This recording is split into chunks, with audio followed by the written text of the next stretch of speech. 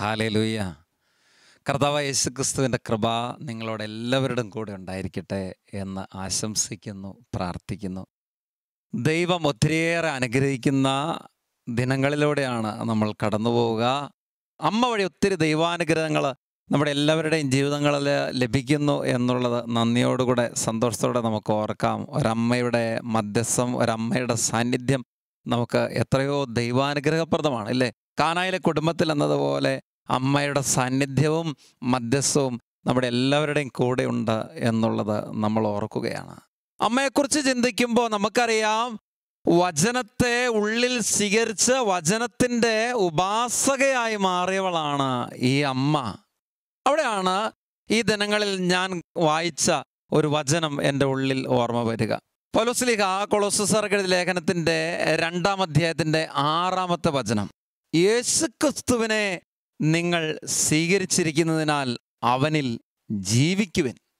നമുക്കൊരു നിമിഷം ഒന്നെഴുന്നേറ്റ് നിന്ന് പ്രാർത്ഥിക്കാം. കർത്താവായ ദൈവമേ, പരിശുദ്ധ അമ്മയെ ഞങ്ങൾക്ക് ഓരോരുത്തർക്കും അമ്മയായി മാതൃകയും മധ്യസ്ഥയുമായി നൽകിയതിന് ഞങ്ങൾ അങ്ങയോട് ഒരുപാട് നന്ദി പറയുന്നു. നല്ല ദൈവമേ, വചനത്തെ ഉള്ളിൽ സ്വീകരിച്ച് പരിപൂർണമായും ദൈവത്തോട് ഐക്യപ്പെട്ട് ജീവിച്ച് ദൈവത്തെ ഉള്ളിൽ വഹിച്ച അമ്മയെപ്പോലെ ഉള്ളിൽ വസിക്കുന്ന ദൈവിക സാന്നിധ്യത്താൽ ആത്മാവിൻ്റെ നിറവോടുകൂടെ എലിസബത്തിൻ്റെ ഭവനത്തിലേക്ക് തിടുക്കത്തിൽ യാത്ര പുറപ്പെട്ട് എലിസബത്തിനെ ശുശ്രൂഷിച്ച പരിശുദ്ധ അമ്മയുടെ ജീവിത ചൈതന്യം ഉൾക്കൊണ്ട് ഞങ്ങളായിരിക്കുന്ന എല്ലാ ജീവിത സാഹചര്യങ്ങളിലും ക്രിസ്തുവിനെ ഞങ്ങളുടെ ഉള്ളിൽ പേറിക്കൊണ്ട് ഞങ്ങളുടെ വാക്കിലും ഞങ്ങളുടെ ചിന്താഗതികളിലും ഞങ്ങളുടെ പ്രവൃത്തികളിലുമെല്ലാം ഈശോയുടെ ജീവിക്കുന്ന സാക്ഷികളാകുവാൻ ഞങ്ങൾക്ക് കൃപയും അനുഗ്രഹവും നൽകണമേ. പരിശുദ്ധാത്മാവേ, ഞങ്ങളുടെ ഉള്ളിൽ ജ്വലിക്കണമേ. പരിശുദ്ധയായ ദൈവമാതാവേ, അമ്മേ, ഞങ്ങൾക്കായി അമ്മ മധ്യസ്ഥം വഹിച്ച് പ്രാർത്ഥിക്കണമേ. ആമേൻ. ഹല്ലേലൂയ. കർത്താവായ യേശുക്രിസ്തുവിനെ നിങ്ങൾ സ്വീകരിച്ചിരിക്കുന്നതിനാൽ അവനിൽ ജീവിക്കുവിൻ. പ്രിയപ്പെട്ടവരെ, എത്ര സുന്ദരമാണ് ക്രിസ്തുവിൽ ജീവിക്കുക എന്നുള്ളത്. വിശുദ്ധ ഫൗസ്റ്റീനയുടെ വാക്കുകൾ എന്നെ ആകർഷിച്ചിട്ടുണ്ട്. വിശുദ്ധ ഫൗസ്റ്റീനയുടെ കാരുണ്യത്തിൻ്റെ കർത്താവ് വെളിപ്പെടുത്തിയ കാര്യം വിശുദ്ധ ഫൗസ്റ്റീന പങ്കുവയ്ക്കുന്നത് ഇങ്ങനെയാണ്. ഈശോ ഫൗസ്റ്റീനയോട് പറഞ്ഞു, നീ എന്നെ സ്നേഹിക്കാതെ ചെയ്യുന്ന ഓരോ പ്രവർത്തികളും എനിക്ക് വേദനാജനകമാണ്. കേട്ടപ്പോൾ എൻ്റെ ഉള്ളു നടുങ്ങിപ്പോയിട്ടുണ്ട്.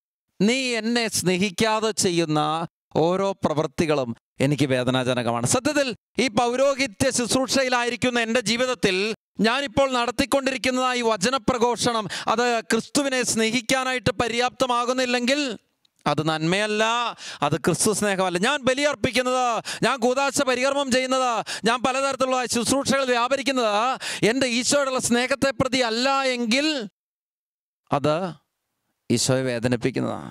ഞാനൊരു കുടുംബത്തിൽ പലതരത്തിലുള്ളതായ കാര്യങ്ങൾ ചെയ്യുമ്പോൾ എൻ്റെ ലക്ഷ്യം മറ്റൊന്നാണെങ്കിൽ ഞാൻ എൻ്റെ പ്രവർത്തന മേഖലകളിൽ ആത്മാർത്ഥതയില്ലാതെ, വിശ്വസ്തതയില്ലാതെ, ക്രിസ്തു സ്നേഹത്തെ പ്രതി അല്ലാതെ ഏതെങ്കിലും ഒരു പ്രവൃത്തി ചെയ്യുമ്പോൾ അത് ഈശോയ്ക്ക് വേദനാജനകമാണ്. സ്നേഹമുള്ളവരെ, അതാണ് വിശുദ്ധ പൗലോസ്ലീഹ ഓർമ്മിപ്പിക്കുക. യേശുക്രിസ്തുവിനെ നിങ്ങൾ സ്വീകരിച്ചിരിക്കുന്നതിനാൽ അവനിൽ ജീവിക്കുവൻ. ക്രിസ്തുവിലുള്ള ഒരു ജീവിതം എത്രയോ സുന്ദരമാണ് എന്ന് നമ്മൾ വചനത്തിലൂടെ തിരിച്ചറിയുന്ന ഒരു സത്യമാണ്. ഞാൻ ഓർക്കുന്നുണ്ട്, ഈ അടുത്ത നാളുകളിൽ ധ്യാനിക്കാൻ വന്നതായ ഒരു ചെറുപ്പക്കാരൻ, അവൻ ധ്യാനം കഴിഞ്ഞ് പോകുമ്പോൾ എന്നോട് പറഞ്ഞു, അച്ഛാ, ഇത്രയും നാള് കുറേയേറെ പാപത്തിൽ ഞാൻ മുഴുകി ജീവിച്ചിട്ടുണ്ട്.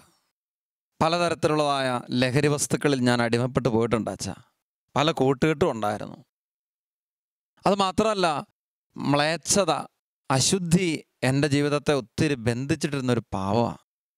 ഇപ്പം എനിക്ക് ഒരുപാട് ബോധ്യം കിട്ടി. അത് മാത്രമല്ല, ബോധ്യത്തിൽ നിന്ന് ചില തീരുമാനത്തിലേക്ക് ഞാൻ വരിക. എൻ്റെ ജീവിതം ഈ പോക്ക് പോയാൽ എവിടെ ചെന്നെത്തുമെന്ന് എനിക്ക് അറിയത്തില്ല അച്ഛാ. ഞാൻ നാശത്തിൻ്റെ വഴിയിലാ. എൻ്റെ ദൈവം എന്തോ കരുണ കാണിച്ച് എന്നെ ഈ ആലയത്തിലേക്ക് കൂട്ടിക്കൊണ്ടുവന്ന് ഈ ധ്യാനത്തിൽ പങ്കെടുക്കാനായിട്ട് അനുവദിച്ചു. എന്നിട്ട് ആ ചെറുപ്പക്കാരൻ പറയാണ്, അച്ഛാ, ഇനി എനിക്ക് ഈ പഴയ പാപത്തിൻ്റെ ജീവിതം വേണ്ട. ഇനി എനിക്ക് പഴയ പാപത്തിൻ്റെ ജീവിതം വേണ്ട. അത് മാത്രമല്ല, ഇനി ഞാൻ എൻ്റെ ഈശോയ്ക്ക് വേണ്ടി ജീവിക്കും. സ്നേഹമുള്ളവർ, ഗലാത്യ ലേഖനത്തിൻ്റെ 2-ാമത്തെ 20-ാം വചനത്തിൽ പൗലോസ്ലീഹ പറഞ്ഞു വെക്കുന്ന വാക്കുകളാണ് ആ യുവാവ് പറഞ്ഞതിൻ്റെ അന്തസത്ത. ഇനിമേൽ ഞാനല്ല, ക്രിസ്തുവാണ് എന്നിൽ ജീവിക്കുന്നത്. ഇതൊരു അഭിഷേകമാ, ഇതൊരു ഉണർവാ. ഇനിമേൽ ഞാനല്ല, ക്രിസ്തുവാണ് എന്നിൽ ജീവിക്കുന്നത്. ഈ ഒരു ആത്മീയ ഭവനത്തിൽ വന്ന് ധ്യാനത്തിൽ സംബന്ധിക്കുന്ന ഓരോ മക്കളും എടുക്കേണ്ട ഒരു തീരുമാനത്തിലേക്ക് കൊണ്ടെത്തിക്കാനായിട്ട് ഞങ്ങൾ പരിശ്രമിക്കാറുള്ളത് മറ്റൊന്നുമല്ല, ഈ ഒരു വചനം ഹൃദയത്തിൽ പതിപ്പിച്ച്, ഈ വചനം ഉള്ളിൽ സൂക്ഷിച്ചുകൊണ്ട് അനേകരുടെ ജീവിതങ്ങളിലേക്ക് ഇറങ്ങിച്ചെല്ലാൻ പോകുന്ന ഒരു അഭിഷേകം അവരിൽ ഉണ്ടാകണം. എന്ത്? ഇനിമേൽ ഞാനല്ല, ക്രിസ്തുവാണ് എന്നിൽ ജീവിക്കുന്നത് എന്ന് ചിന്തിക്കാനും പറയാനും ഉതകുന്ന ഒരു ചൈതന്യത്തിലേക്ക് വളരുക. ഞാൻ ഓർക്കുന്നത് ഇതാണ്.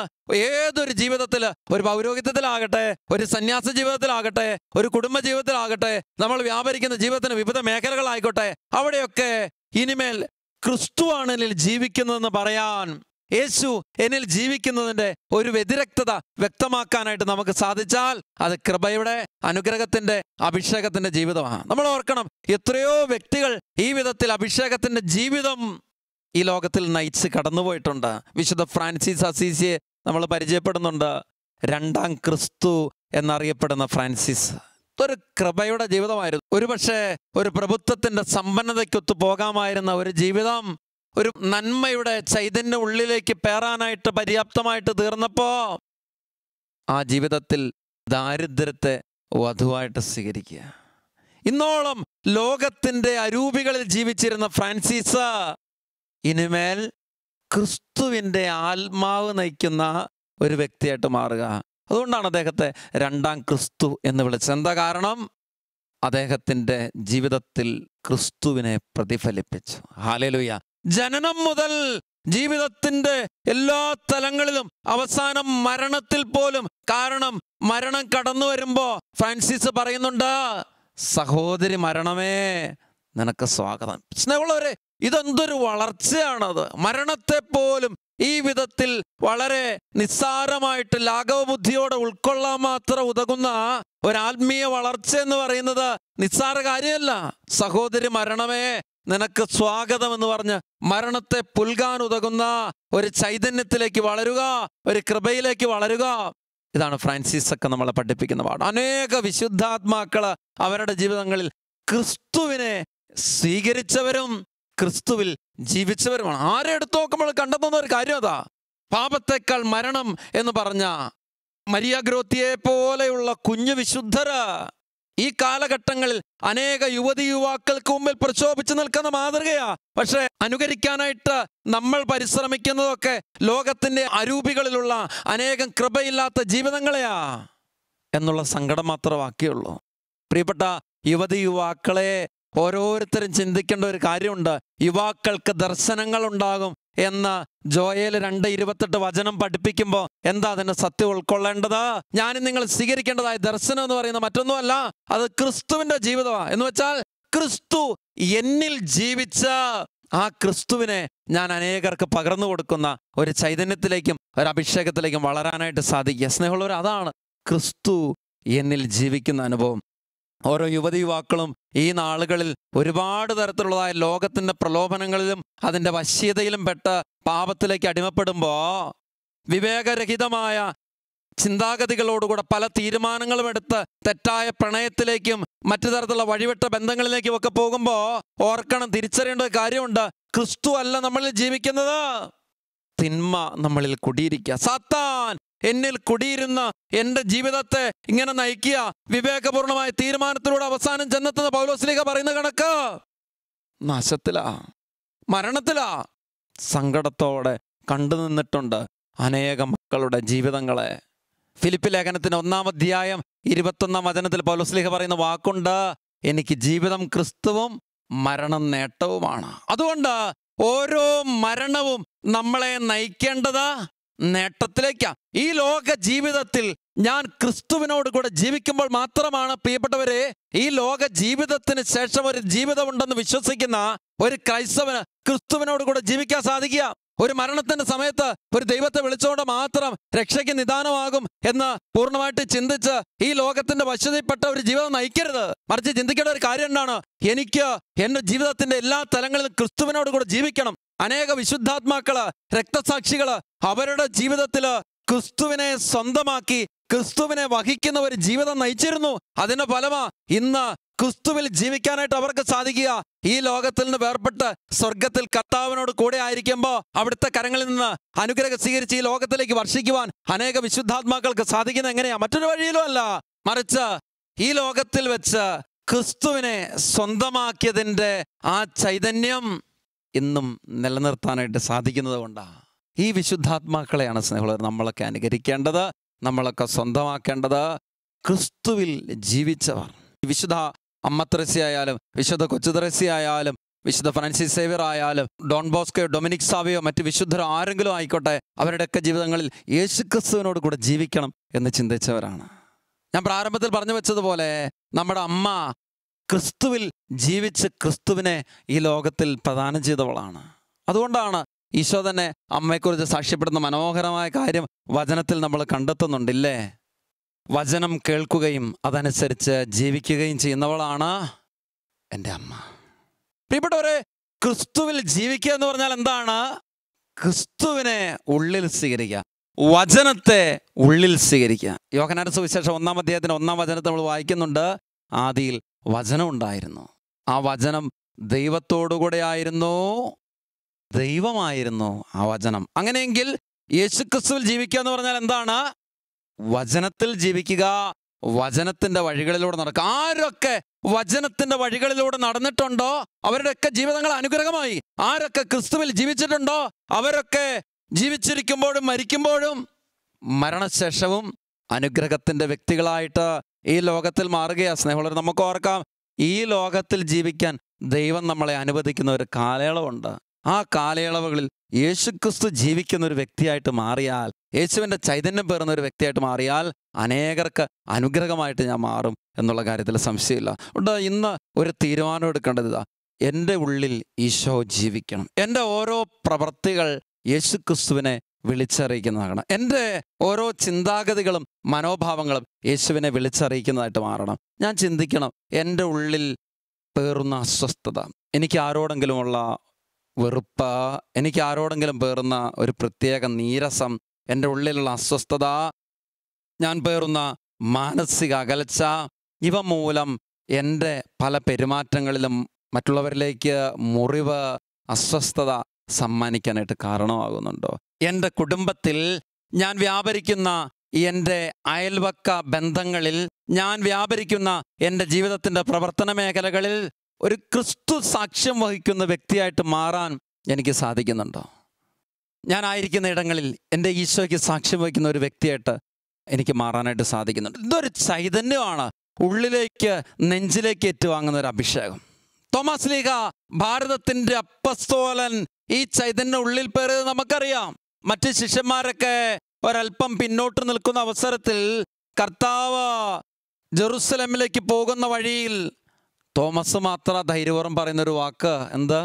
നമുക്കും പോകാം, അവനോടൊപ്പം മരിക്കാൻ. സ്നേഹമുള്ളവരെ, ജീവിതത്തിലേക്ക് സ്വീകരിക്കേണ്ട യഥാർത്ഥ അഭിഷേകം എന്ന് പറയുന്നത് ഇതാ. എന്ന് പറഞ്ഞാൽ ക്രിസ്തുവിനോടുകൂടെ ജീവിക്കുന്നവന് ക്രിസ്തുവിനോടുകൂടെ മരിക്കാൻ മടിയില്ല.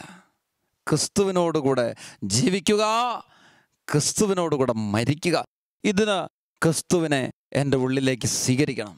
ആനന്ദിച്ച് ആഹ്ലാദിക്കുവൻ എന്നുള്ളതായ പുതിയ അപ്പസ്തോലിക ആഹ്വാനത്തിൽ ഫ്രാൻസിസ് പാപ്പ അതിന് 151-ാമത്തെ നമ്പറിൽ ഓർമ്മപ്പെടുത്തുന്ന ഒരു കാര്യം സുന്ദരമാണ്. നിങ്ങളെ തന്നെ അവിടുത്തെ സ്നേഹത്താലും അവിടുത്തെ മനസ്സലിവിനാലും ചൂടുപിടിപ്പിക്കുന്നില്ലെങ്കിൽ നിങ്ങൾ ജ്വലിക്കുകയില്ല. ഓർക്കണം, നിങ്ങളെ തന്നെ അവിടുത്തെ സ്നേഹത്താലും അവിടുത്തെ മനസ്സലിവിനാലും ചൂടുപിടിപ്പിക്കുന്നില്ലെങ്കിൽ നിങ്ങൾ ജ്വലിക്കുകയില്ല. സ്നേഹമുള്ളവർ, ക്രിസ്തു എൻ്റെ ഉള്ളിൽ വരുമ്പോൾ എനിക്കൊരു ജ്വലനം വേണം. എൻ്റെ വിരോധത്തിൻ്റെ, വെറുപ്പിൻ്റെ, ആസക്തിയുടെ, ലഹരി വസ്തുക്കളുടെ, അടിമത്തങ്ങളുടെ ഒക്കെ ഒരു തണുത്തുറഞ്ഞ ആത്മീയതയുടെ തലമുണ്ട്. അത് മാറണം. എപ്പോ? ക്രിസ്തു എൻ്റെ ഉള്ളിൽ ജീവിക്കാനായിട്ട് തുടങ്ങുമ്പോൾ, ആ ക്രിസ്തുവിൻ്റെ ആത്മാവ് എന്നിൽ നിറയുമ്പോൾ, വിശുദ്ധ യോഹന്നാനെ പോലെ ആ തിരുമാറോടൊന്ന് ചേർന്ന് കിടക്കുമ്പോൾ എൻ്റെ ഉള്ളിൽ ഒരു ജ്വലനം സംഭവിക്കും. അതുകൊണ്ടാണ് പരിശുദ്ധ പിതാവ് വീണ്ടും ഓർമ്മിപ്പിച്ചു വെക്കുന്നത്, ക്രിസ്തുവിൻ്റെ മുഖത്തു നോക്കി നിങ്ങൾക്ക് സൗഖ്യപ്പെടാനും രൂപാന്തരപ്പെടാനും കഴിയുന്നില്ല എന്ന് തോന്നിയാൽ നിങ്ങൾ അവിടുത്തെ തിരുമുറിവുകളിലേക്ക് പ്രവേശിക്കണം. ആ ആർദ്ര ഹൃദയമാണ് എല്ലാ കാരുണ്യത്തിൻ്റെയും പ്രഭവസ്ഥാനം. എത്ര സുന്ദരമാണ് പ്രിയപ്പെട്ടവരെ പരിശുദ്ധ പിതാവിൻ്റെ ആഹ്വാനം. എപ്പോഴെങ്കിലും എനിക്ക് ക്രിസ്തുവിനാൽ സൗഖ്യപ്പെടാൻ സാധിക്കുന്നില്ല എങ്കിൽ, ക്രിസ്തുവിൻ്റെ സ്നേഹത്താൽ ഒരു സാക്ഷ്യത്തിൻ്റെ വ്യക്തിയായിട്ട് മാറാൻ സാധിക്കുന്നില്ല എന്ന് ചിന്തിച്ചാൽ, ഞാനപ്പോൾ തന്നെ അവിടുത്തെ തിരുമുറിവുകളിലേക്ക് പ്രവേശിക്കണം. അവിടുത്തെ കാരുണ്യത്തിൻ്റെ തിരുഹൃദയത്തോട് എൻ്റെ ജീവിതത്തെ ചേർത്ത് വെക്കണം. അവിടെ എനിക്ക് ഏറ്റുപറയാൻ പറ്റും, എന്ത്? ക്രിസ്തുവാണ് എന്നിൽ ജീവിക്കുന്നത്. കാരണം ക്രിസ്തു തൻ്റെ ആത്മാവിനെ എന്നിലേക്ക് പകർന്നു തന്നു കഴിഞ്ഞു. പ്രിയപ്പെട്ടവരെ, ഈ തിരിച്ചറിവ് ഈ വചനം ശ്രവിക്കുന്ന നിമിഷങ്ങളിൽ നമ്മുടെ ഉള്ളിൽ സൂക്ഷിക്കാം. ഒരു നല്ല തീരുമാനം ഈ വചനം കേട്ടുകൊണ്ടിരിക്കുന്ന ഓരോരുത്തരും എടുക്കണം. ഈ സമയത്ത് തന്നെ, ഇനിമേൽ ഞാനല്ല, ക്രിസ്തു എന്നിൽ ജീവിക്കാൻ ഉതകുന്ന ഒരു ചൈതന്യം എന്നിലൂടെ പ്രസരിക്കണം. എനിക്കൊരല്പം കൂടെ നന്നായിട്ട് മറ്റുള്ളവരോട് സംസാരിക്കാൻ പറ്റണം. ഈ ലോകത്തിൻ്റെ ഈ വശ്യതകളിലും അതിൻ്റെ അശുദ്ധിയും അതിൻ്റെ മ്ലേച്ഛതകളും അതിൻ്റെ തിന്മയും എൻ്റെ ഉള്ളിൽ കൂടുകൂട്ടാൻ അനുവദിച്ച് അനേകരിലേക്ക് ഈ തിന്മയുടെ അന്ധകാരം പകർത്തുന്ന ഒരു വ്യക്തിയായിട്ട് ഇനിമേൽ ഞാൻ മാറരുത്. മറിച്ച് എനിക്ക് എൻ്റെ ഈശോയെ പകരുന്ന ഒരു വ്യക്തിയായിട്ട് മാറണം. അതിന് ലോകത്തിൻ്റെ പ്രകാശമായ ഈശോ എൻ്റെ ഉള്ളിൽ വസിക്കണം. അപ്പോൾ എൻ്റെ ശരീരം, എൻ്റെ മനസ്സ്, എൻ്റെ ആത്മാവ് മുഴുവനും പ്രഭാപൂരിതമായിരിക്കും. നമുക്കൊരു നിമിഷം സ്നേഹത്തോടെ പ്രാർത്ഥിക്കാം. കർത്താവിൻ്റെ സന്നിധിയിൽ നമുക്കൊന്ന് എഴുന്നേറ്റ് നിന്ന് നമ്മുടെ ബലഹീനതകളും കുറവുകളുമുള്ള ജീവിതത്തെ തമ്പുരാൻ്റെ കരങ്ങളിലേക്ക് സമർപ്പിച്ചുകൊണ്ട് പ്രാർത്ഥിക്കാം. ഒരു നിമിഷം കണ്ണുകൾ അടയ്ക്കാം. കർത്താവിനെ മനസ്സിൽ ധ്യാനിച്ചുകൊണ്ട് നമുക്ക് സ്നേഹത്തോടെ പ്രാർത്ഥിക്കാം. പരിശുദ്ധനായ ദൈവമേ, അങ്ങയുടെ തിരുഹൃദയത്തോട് എൻ്റെ ബലഹീനമായ ജീവിതത്തെ ചേർത്ത് വെക്കുന്നു. കർത്താവേ, എൻ്റെ ഉള്ളിൽ അങ്ങയുടെ സ്നേഹത്താൽ ജ്വലിക്കണമെന്ന് ആഗ്രഹിക്കുമ്പോഴും, അങ്ങേ എൻ്റെ ജീവിതത്തിൽ സ്വന്തമാക്കി എൻ്റെ ഹൃദയത്തിൽ അങ്ങ് വസിച്ച് അതിൻ്റെ ഒരു ജ്വലനം എന്നിൽ വേണമെന്ന്, ഒരല്പം കൂടെ വിശ്വാസത്തിൽ ആഴപ്പെടണമെന്ന്, എൻ്റെ ആത്മീയ ജീവിതത്തിന് അലസതകളെ ഒന്ന് മാറ്റി കൃപയിലൊന്ന് ജ്വലിക്കണമെന്ന് ഞാൻ ആഗ്രഹിക്കുമ്പോഴും, ഈശോ, എൻ്റെ ഉള്ളിനെ സ്വാധീനിക്കുന്ന ഈ ലോകത്തിൻ്റെ ഒരുപാട് വശ്യതകളുണ്ട്. എൻ്റെ ജീവിതത്തെ സ്വാധീനിക്കുന്ന ലോകമോഹങ്ങളുടെ ഒത്തിരിയേറെ താല്പര്യങ്ങളുണ്ട്. അറിയാതെ ഞാൻ അവയ്ക്ക് അടിമപ്പെട്ടു പോകുന്നു. അവ എന്നെ അലസമാക്കുന്നു. എൻ്റെ ജീവിതം കൃപ നഷ്ടപ്പെട്ട, പ്രകാശം നഷ്ടപ്പെട്ട, ചൈതന്യം നഷ്ടപ്പെട്ട ഒരു ജീവിതമായിട്ട് മാറുന്നു. നല്ല ദൈവമേ, ഈ നിമിഷങ്ങളിൽ ഓരോന്നിനും മാപ്പ് ചോദിച്ച് പ്രാർത്ഥിക്കുന്നു. എൻ്റെ ഉള്ളിൽ ആത്മാവിൻ്റെ ഒരു ജ്വലനം വേണം. എൻ്റെ ഉള്ളിൽ ഈശോ ജീവിക്കുന്ന ഒരു അഭിഷേകം വേണം. എൻ്റെ ഉള്ളിൽ നിന്ന് ക്രിസ്തു സാന്നിധ്യത്തെ നഷ്ടപ്പെടുത്തുന്ന എല്ലാ തിന്മകളെ, തെറ്റായ ബന്ധങ്ങളെ, തെറ്റായ വസ്തുക്കളെ, തെറ്റായ സാഹചര്യങ്ങളെ ഞാൻ വെറുത്തുപേക്ഷിക്കണം. പാപത്തെ, പാപവ്യക്തികളെ, പാപവഴികളെ, പാപവസ്തുക്കളെ ഞാൻ എന്നിൽ നിന്ന് നീക്കിക്കളയണം. മൊബൈലോ ഇൻ്റർനെറ്റോ മറ്റുപകരണങ്ങളോ എനിക്ക് പാപവസ്തുവാണെങ്കിൽ ഞാനതിനെ ഉപേക്ഷിക്കണം. എൻ്റെ ജീവിതത്തിൽ ഏതെങ്കിലും തരത്തിലുള്ള പാപവ്യക്തികളുണ്ടെങ്കിൽ, പാപത്തിലേക്ക് എന്നെ നയിക്കുന്ന കൂട്ടുകെട്ടുകളോ പാപത്തിലേക്ക് എന്നെ നയിക്കുന്ന തെറ്റായ ബന്ധങ്ങളുണ്ടെങ്കിൽ, യേശുവേ, അത് ഉപേക്ഷിക്കാനായിട്ടുള്ള ഒരു ശക്തി എനിക്ക്, എൻ്റെ സാഹചര്യത്തിലുള്ളവർക്ക്, ഞാൻ സമർപ്പിക്കുന്ന വ്യക്തികൾക്ക് ഈ നിമിഷങ്ങളിൽ ലഭ്യമാകണം. സമർപ്പിച്ച് പ്രാർത്ഥിക്കുന്നു. എല്ലാ ലഹരി വസ്തുക്കളുടെ അടിമത്തങ്ങളും, എല്ലാ അസ്വസ്ഥകളും, ക്രിസ്തു സ്നേഹത്തിൽ നിന്ന് അകറ്റുന്ന സകല ബന്ധനങ്ങളും ഈ നിമിഷത്തിൽ നിന്ന്, സകല കുടുംബത്തിൽ നിന്നും, ഓരോ വ്യക്തികളിൽ നിന്നും നീങ്ങിപ്പോകട്ടെ. എല്ലാവരും ഈ നിമിഷം കർത്താവിൻ്റെ സന്നിധിയിൽ ഒരു നിമിഷം കരങ്ങൾ ഉയർത്തുന്നു. മനസ്സ്, ഹൃദയം ദൈവത്വങ്ങളിലേക്ക് ഉയർത്തി പ്രാർത്ഥിക്കുകയാണ്. എൻ്റെ ആത്മാവെ കർത്താവിനെ സ്തുതിക്കുക, എൻ്റെ അന്തരംഗമേ അവിടുത്തെ പരിശുദ്ധ നാമത്തെ സ്തുതിക്കുന്ന ദാവീദ് പ്രാർത്ഥിച്ചതുപോലെ തന്നെ ഈ നിമിഷങ്ങളിൽ എല്ലാ ദൈവമക്കളും ഹൃദയം ദൈവത്വങ്ങളിലേക്ക് ഉയർത്തി ആഗ്രഹിച്ച് പ്രാർത്ഥിക്കുകയാണ്. ചിന്തിച്ച്, എൻ്റെ വ്യക്തി ജീവിതത്തിൽ ഏതെങ്കിലും തരത്തിലുള്ള അസ്വസ്ഥതകളുണ്ടോ? എനിക്ക് ക്ഷമിക്കാൻ പറ്റുന്ന അവസ്ഥകളുണ്ടോ? എനിക്ക് ദൈവസ്നേഹത്തിലേക്ക് വളരാൻ സാധിക്കാത്ത ആസക്തികളോ ഏതെങ്കിലും തരത്തിലുള്ള തഴക്ക ദോഷങ്ങളോ എന്നെ അടിമപ്പെടുത്തി ഇട്ടിട്ടുണ്ടോ? എൻ്റെ കുടുംബത്തിൽ ഏതെങ്കിലും വ്യക്തികൾ ഒരു പ്രത്യേക തിന്മയ്ക്ക് അടിമപ്പെട്ട് കിടക്കുന്നുണ്ടോ? മകനെ, മകളെ, നീ വിശ്വസിച്ച് ഈ നിമിഷം നിന്റെ ജീവിതത്തെ, നിന്റെ കുടുംബത്തെ, നിന്റെ സാഹചര്യങ്ങളെ രക്ഷിക്കാൻ കഴിവുള്ള ഒരു കർത്താവുണ്ടെന്ന ബോധ്യത്തോടെ ആ യേശുവിന്റെ നാമത്തെ ഉറക്കെ വിളിച്ചൊന്ന് സ്തുതിച്ചേ. Hallelujah, hallelujah, hallelujah, hallelujah, hallelujah, hallelujah, hallelujah, hallelujah, hallelujah. ഈശോയെ, നിന്നെ സ്നേഹിക്കുന്നു. ദൈവമേ, നിന്നെ ആരാധിക്കുന്നു. പരിശുദ്ധാത്മാവേ, എൻ്റെ ഉള്ളിൽ വസിക്കണമേ. എൻ്റെ ഉള്ളിലുള്ള എല്ലാ തിന്മകളും അസ്വസ്ഥകളും ഈ നിമിഷം നീങ്ങട്ടെ. യെശയ്യാ 10:17 ഇസ്രായേലിന്റെ പ്രകാശം അഗ്നിയായും അവന്റെ പരിശുദ്ധനൊരു ജ്വാലയായി മാറും. അത് ജ്വലിച്ച് ഒറ്റ ദിവസം കൊണ്ട് അതിന്റെ മുള്ളുകളും മുൾച്ചെടികളും ദഹിപ്പിച്ചു കളയുന്ന വചനത്തിന്റെ അഭിഷേകത്താൽ ഈ നിമിഷം പാപത്തിന്റെ മുള്ളുകള്, എല്ലാ തഴക്കദോഷങ്ങളുടെ മുള്ളനുഭവങ്ങളും മുൾച്ചെടികള് യേശു നാമത്തിൽ, യേശുവിന്റെ ആത്മാവിന്റെ ശക്തിയാൽ നിർവീര്യമായി പോകട്ടെ. ആരാധന, ആരാധന, ആരാധന, ആരാധന, ആരാധന, ആരാധന, ആരാധന, ആരാധന. ഓരോ കുടുംബത്തിൽ നിന്നും ലഹരി വസ്തുക്കളുടെ അടിമത്തങ്ങള്, മ്ലേച്ഛ ജീവിതങ്ങളുടെ സകല അശുദ്ധികള് യേശു നാമത്തിൽ വിട്ടൊഴിഞ്ഞു പോകട്ടെ. ദൈവത്തിന്റെ ആത്മാവ് ഓരോ കുടുംബങ്ങളിലേക്കും ഇപ്പോൾ നിറയട്ടെ. കുടുംബത്തിലുള്ള സകല തിന്മകളും ബന്ധനങ്ങളും അശുദ്ധിയും അസ്വസ്ഥതയും രോഗപീഠകളും യേശുനാമത്തിൽ ഇപ്പോൾ നീങ്ങിപ്പോകട്ടെ. ആരാധന, ആരാധന, ആരാധന.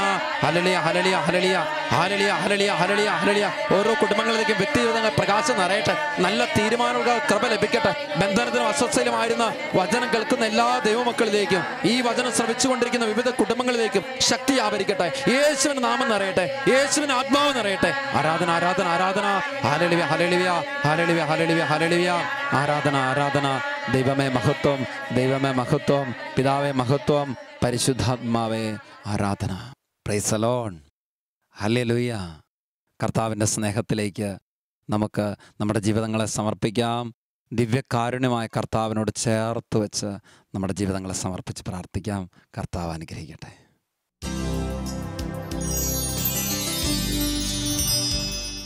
പരമപരിശുദ്ധനായ ദൈവമേ, ദിവ്യകാരുണ്യമായി ഞങ്ങളുടെ കൂടെ വസിച്ച് ഞങ്ങളെ അനുഗ്രഹിക്കുന്ന തിരുസ്നേഹത്തെ ഓർത്ത് ഒത്തിരി നന്ദി പറയുന്നു. നല്ല ദൈവമേ, ഞങ്ങളുടെ പൂർണ്ണ ഹൃദയത്തോടെ, പൂർണ്ണ മനസ്സോടെ, പൂർണ്ണ ആത്മാവോടെ, സർവശക്തിയോടെ അങ്ങയെ സ്നേഹിക്കുവാനും അങ്ങ് ഞങ്ങളുടെ ഉള്ളിൽ വസിക്കുന്ന ചൈതന്യത്തോടെ ഞങ്ങളുടെ ജീവിത സാഹചര്യങ്ങളിൽ വ്യാപരിക്കുവാനും ഏറെ കൊതിയോടെ ഈ നിമിഷം പ്രാർത്ഥിക്കുന്നു. കർത്താവേ, വിശുദ്ധ പൗലോസ്ലീഹയെ പോലെ ഇനിമേൽ ഞാനല്ല, ക്രിസ്തുവാണ് എന്നിൽ ജീവിക്കുന്നത് എന്ന് ഏറ്റുപറയാൻ, എനിക്ക് ജീവിതം ക്രിസ്തുവും മരണം നേട്ടവുമാണെന്ന് ബോധ്യത്തോടെ പ്രഖ്യാപിച്ച് ഞങ്ങളുടെ ജീവിതത്തിൻ്റെ സമസ്ത വാക്കിലും പ്രവർത്തനത്തിലും അങ്ങയുടെ ചൈതന്യത്തെ പ്രസരിപ്പിക്കുവാൻ ഒരു കൃപ ലഭിക്കാനുള്ള ദാഹത്തോടെ ഈ നിമിഷം അങ്ങയുടെ മുമ്പിലായിരിക്കുക. കർത്താവെ, പൗലോസ് വേദനയോടെ ഏറ്റുപറയുന്നുണ്ടല്ലോ, ഞാൻ ഇച്ഛിക്കുന്ന നന്മയല്ല, ഇച്ഛിക്കാത്ത തിന്മയാ പ്രവർത്തിച്ചു പോകുന്നത്. ഞങ്ങളുടെ ഉള്ളിൽ നന്മ ആഗ്രഹിക്കുമ്പോഴും തിന്മ പ്രവർത്തിച്ചു പോകുന്ന ഒരു മാനസികാവസ്ഥയുണ്ട്.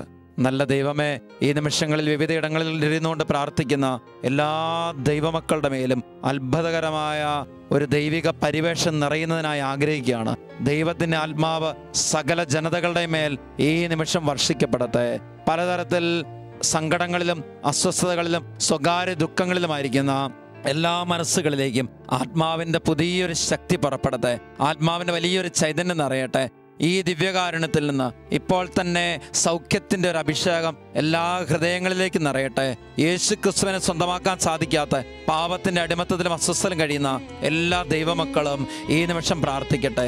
കുടുംബത്തിലുള്ളവരോ പ്രിയപ്പെട്ടവരോ ആയി ആരൊക്കെ ഉണ്ടോ, നിങ്ങളുടെ വ്യക്തിപരമായ ജീവിതത്തെ തന്നെ പലതരത്തിൽ തിന്മ അടിമപ്പെടുത്തുന്നുണ്ടോ, യേശുവിൽ ജീവിക്കാൻ സാധിക്കാത്തൊരവസ്ഥയുണ്ടോ, എല്ലാ മക്കളും കരങ്ങൾ ഉയർത്തട്ടെ. കർത്താവിൻ്റെ സന്നിധിയിലേക്ക് വിശ്വാസത്തോടെ കരങ്ങൾ ഉയർത്തട്ടെ.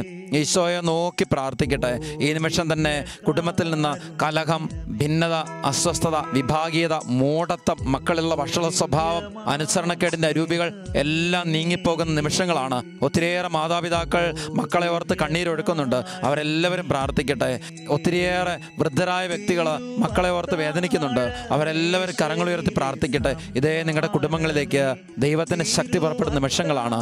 ഈ വാർത്താവിനിമയ ഉപാധിക്ക് മുമ്പിലായിരിക്കുന്ന നിമിഷങ്ങളിൽ തന്നെ വിശ്വാസത്തോടെ പ്രാർത്ഥിച്ച് ഈശോയാണ് ഇവിടെ ഉള്ളത്, ഈശോയാണ് ഇവിടെ ഉള്ളത് ബോധ്യത്തോടെ പ്രാർത്ഥിക്കുകയാണ്. കരങ്ങൾ രണ്ടും കർത്താവിന്റെ സന്നിധിയിലേക്ക് എല്ലാവരും ഉയർത്തി ഒരു നിമിഷം ദൈവത്തെ സ്നേഹിച്ചുകൊണ്ട് ആരാധിക്കട്ടെ. കർത്താവിനെ വിളിച്ചപേക്ഷിച്ച് പ്രാർത്ഥിക്കട്ടെ. നിന്റെ കുടുംബത്തിലേക്ക് രക്ഷ വേണ്ടേ? നിന്റെ ജീവിതത്തിലേക്ക് രക്ഷ വേണ്ടേ? നിന്റെ ജീവിതാനുഭവങ്ങളിലേക്ക് രക്ഷ വേണ്ടേ? അവിടെയുള്ള ബന്ധനങ്ങൾ കർത്താവ് അഴിക്കണ്ടേ?